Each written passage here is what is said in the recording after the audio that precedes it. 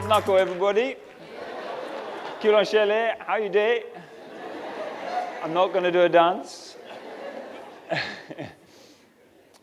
Okay, I'm going to talk to you about my time in Nigeria reporting as a foreign journalist. Now, you can be very honest what I'm about to do, please. I've been in plenty of risky situations.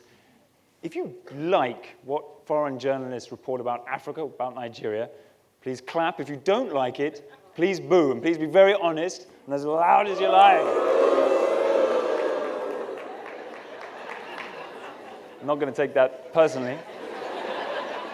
As you can see, everybody has an opinion, and this is very important to what I want to say. Now, as a journalist, you stand up in front of a camera and you put yourself in a situation surrounded by things that almost have absolutely nothing to do with you except that you were stupid enough to put yourself in that situation in the first place. A bit like what I'm doing here now, except that normally I'm talking to a camera, not to a live audience. But I want to sort of take that and do this like a video report, like I've been doing in the last 12 years in Nigeria. And how you do a video report for something like CNN is you get a teaser. You get the people interested in the personality and what they're sitting there for. Then you give them a couple of good quotes, a couple of good headlines. And then you give them something to chew on, something to go back and argue and debate about. And then hopefully at the end, you give them a little something at the end, a little conclusion, something a bit more constructive, and spin it all around. So, okay. The teaser. You want to know a bit about me, and you want to know why you're sitting here.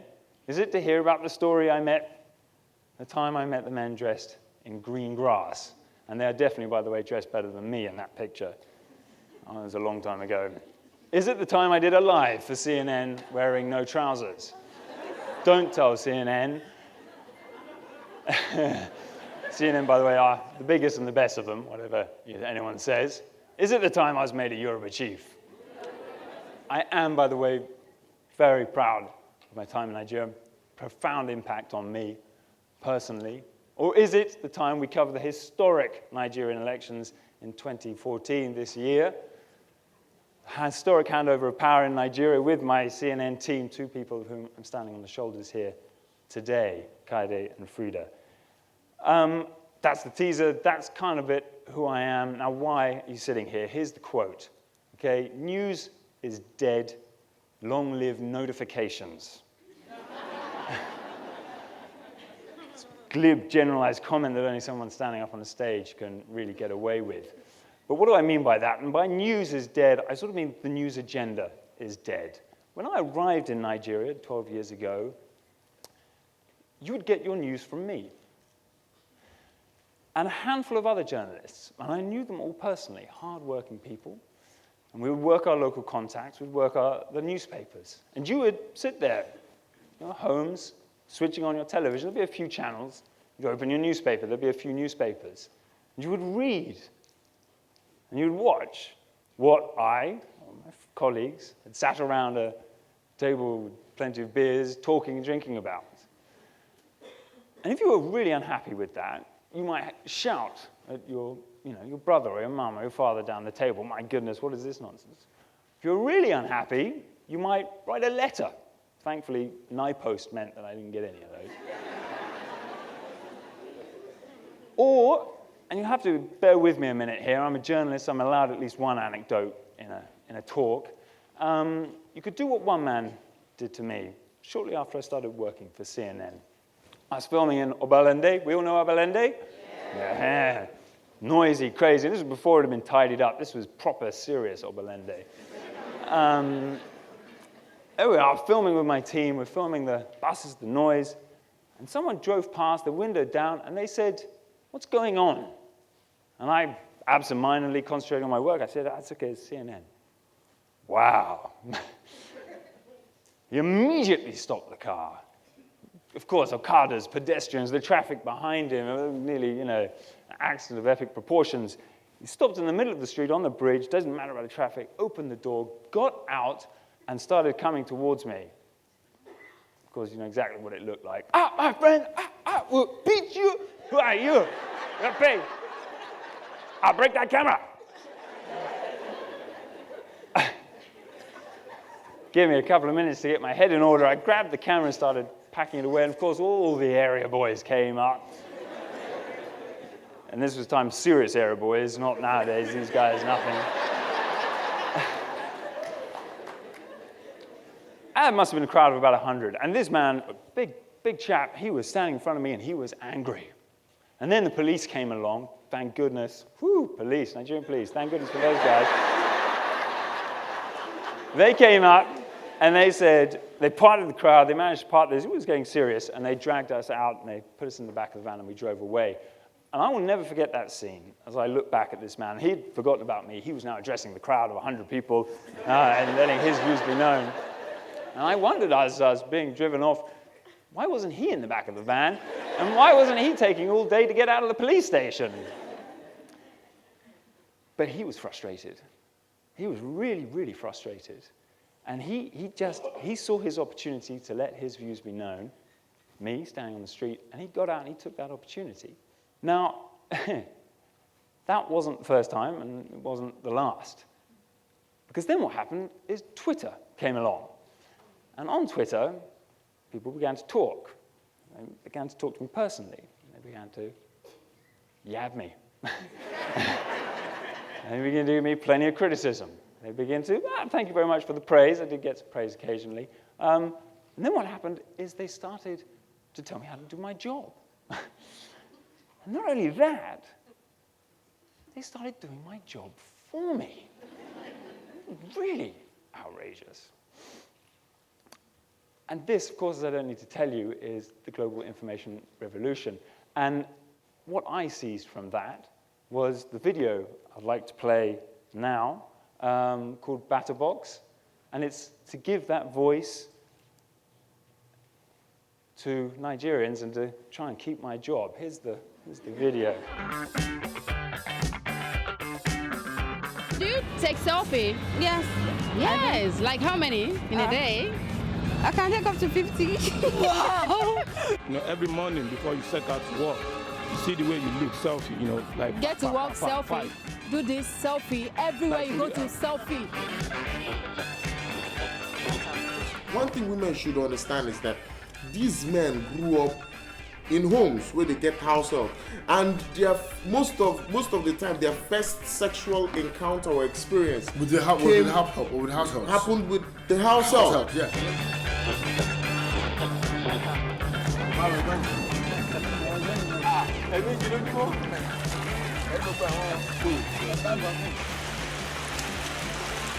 You can bath here, you can wash your hands, you can do anything.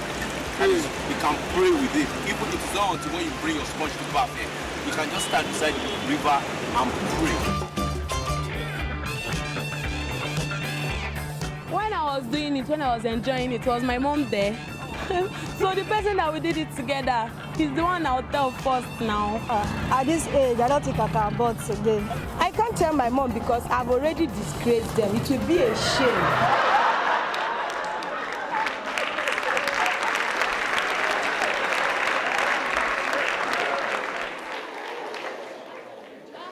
What you just witnessed is an embarrassment to my family. No, it's controversial topics done on the lowest budget possible, on cameras this size, laptops this size, by people who have no idea of a global news agenda, supposedly. And it is shown and watched by tens of millions of people.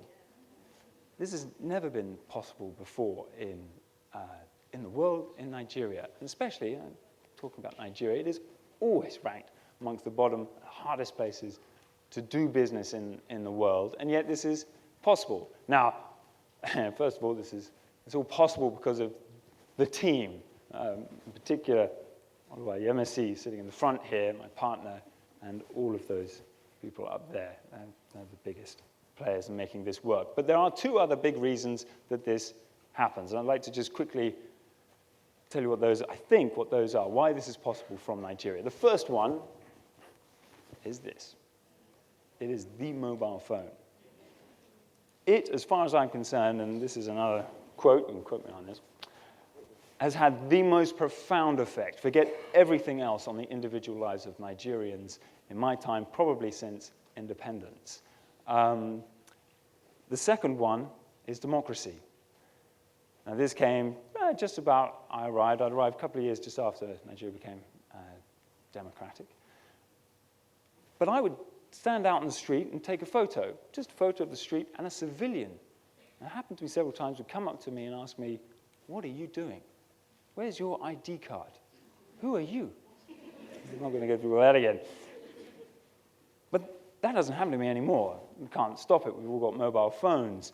But the lid was lifted. Cold War ended, military regime was over, and an enormous amount of creativity came out. The greatest example of that is Nollywood, the most successful export Nigeria I've seen. Let's clap for Nollywood, Nigerian entertainment. I think that's absolutely incredible. We can only hope to live up to it with BattaBox. Now, what does all this mean for you personally? Let's take a step back for a second. I said the news agenda is dead. What do I mean by that?